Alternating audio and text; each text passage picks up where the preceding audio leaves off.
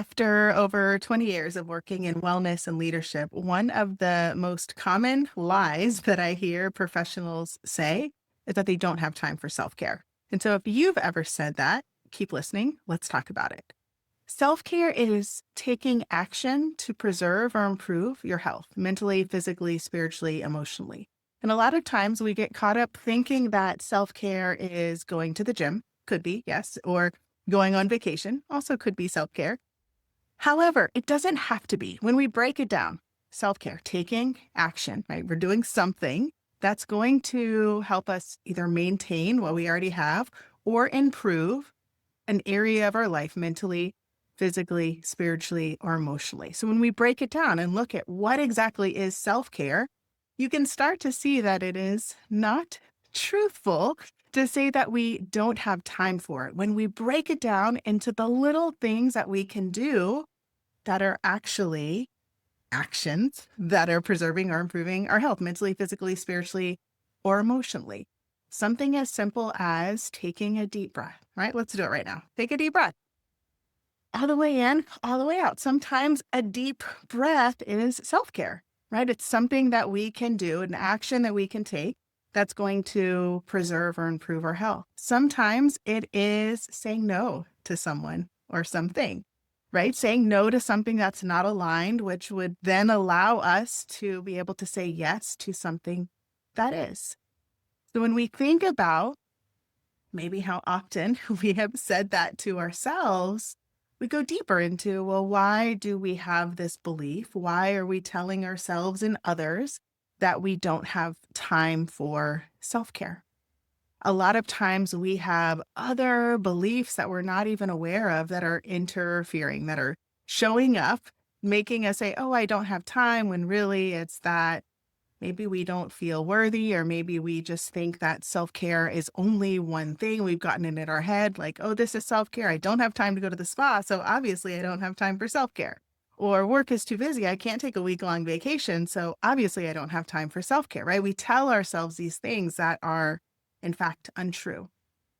And so when we look at, well, why am I really not showing up for myself? Why am I really saying that I don't have time for this thing? And for many of us who are parents, or we are taking care of aging adults, or we have pets that we love and care for, right? If it was something for them, they had to go to an appointment, so there was something that happened at the last minute for them, we would drop everything and go do it, right? We make time for the things that are important. And so another belief is that often folks just don't believe they are as important as others, right? Their own health and happiness isn't as important as the health and happiness of the other people that they love. And so again, looking at how we are showing up for ourselves, are we treating ourselves as someone who is loved, right? When we are thinking about how we show up for others, I feel like if you're here listening to my channel, you are someone who cares about others. You care about making a positive impact in the world, right? So I'm going to hold on to that belief that you are someone who is kind and caring, generous, wanting to do good in the world. And so if that's you, ask yourself, is it true that you often put yourself on the back burner because you believe that other people's stuff is more important than your own? And so when we start to peel back these layers to recognize, well, what is actually getting in the way of me doing the things that I know that I need to do or that I want to do to preserve or improve my health, right? To just take care of myself.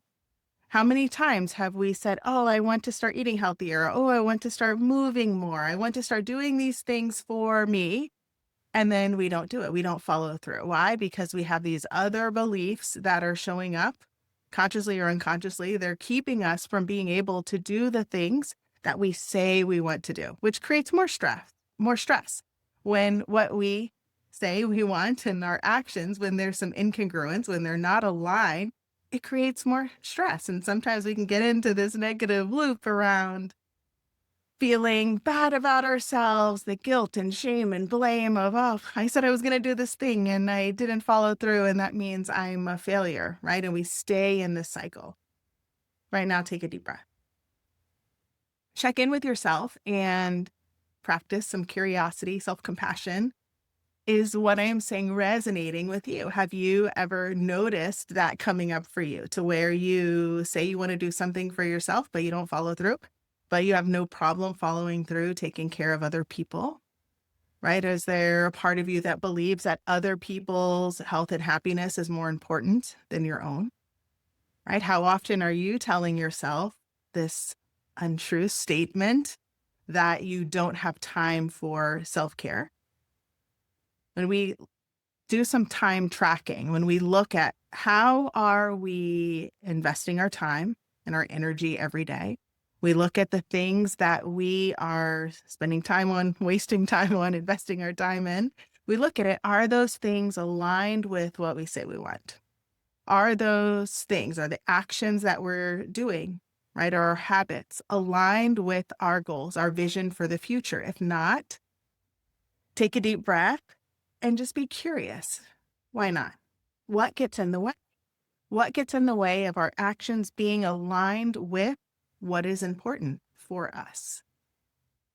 Self-care, taking action to preserve or improve our health mentally, physically, spiritually, and emotionally. When we think about what happens when we are actively practicing self-care, right? So for me, that means that I take some time in the morning before I even get out of bed to do my meditation, and I do some bed yoga, and I'm focusing on my gratitude and my vision for the future, right? Taking just a couple of minutes every morning. That means that for me, I make time to try to go to the gym, because most of my work, unless I'm traveling, is spent at my desk. So for me, I enjoy going to the gym and getting out of the house. For me, that's self-care, right? For me, that is making sure that I am eating foods throughout the day, right? Nourishing my body in the way that I need, that I'm spending quality time with loved ones. For me, I know that those things are helpful for me. Those are things that are preserving and improving my mental, physical, spiritual, emotional health. Each person is going to have their own individual activities that are going to be supportive for them, right? I believe that everyone should be taking some quiet time for themselves every day. It doesn't have to be the same way that I do it. I enjoy doing it in bed before I even get up in the morning, right? For you, that might mean that you take a midday break, that you are sitting on your front porch, drinking coffee and meditating while you listen to birds outside, right? Doesn't matter. It's that you're actually taking time for reflection. I believe that is something that is going to be beneficial for every single person. Every single person that I've ever worked with values and finds benefit in taking time for themselves, quiet time for themselves, for reflection, meditation, journaling, whatever works for them, right? Movement, another thing. Sometimes I say exercise, but I like to think about it as just movement. I think that movement is going to be helpful for just about all of us, just about all of the time, where we get some sort of movement. I like leaving my house and going to the gym. I also have a beautiful gym in my home, and I also enjoy practicing yoga in my home. And for me, it's helpful to leave the house. You might enjoy going for a walk or dancing around your kitchen or jumping on a trampoline. I also have that in my house that I enjoy doing when I'm stuck in my desk for hours at a time. It is about moving your body.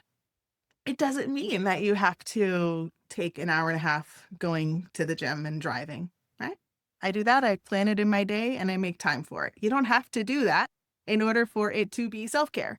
You can do something that's going to move your body. Eating, nourishing our body with foods. All of us are going to thrive eating in different ways, right? Yes, some people might all in your whole family might all feel the same way eating the same foods. But most of the time, there's going to be some differences in the time that you eat, the quantity of food that you eat, how often you're eating throughout the day. For all of the work that I do, it comes back to mindfulness, right? Paying attention on purpose with curiosity and non-judgment. When we bring that into our food and into our movement, it makes it easier to be able to discern, well, is this actually helpful for me? right? If somebody says, oh, eat a steak every day, it's good for you, right? For some people, they might be allergic to it. If somebody says, eat broccoli every day, right? It might not be good for you, or someone else might feel great eating it.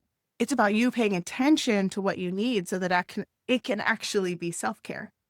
If you are eating a food that you're allergic to because somebody else said it's healthy, but you feel crappy every time you eat it, it's not self-care. It is not preserving or improving your mental, physical, spiritual, or emotional health. So we have to take that step back to actually pay attention to, what is self-care for me? I gave a couple of examples with, the quiet time in the morning and movement and nourishing our body. But my invitation for you is to pay attention to the things that you are doing every day, the activities that you're doing, the actions that you're taking every single day. Are they mentally, physically, spiritually, emotionally supporting you? Are they? Are they not? If not, what shifts might you make? If not, maybe what are those beliefs that are beneath the surface that are interfering with you being able to follow through with the things that you say you want? Follow through with the things that are actually going to benefit you, which will in turn benefit the world. Because again, if you are here and you are listening, it is because you care about making a positive impact in the world. And when you are depleted, when you are not nourished and not at your best, it's going to interfere with your ability to show up for others, to lead in the way you want, to make the impact that you are here on this planet to make. So my invitation for you, make time for yourself. Take action every single day to preserve or improve your mental, physical, spiritual, and emotional health, right? Every single day, make time for it. Think about the small things that you can do that you can integrate into your life because you're worthy and because it matters. It matters so that you can continue showing up, making a positive impact in the world. So you are worthy. You have time for self-care. Make time. Thanks for being here. Hope to see you soon.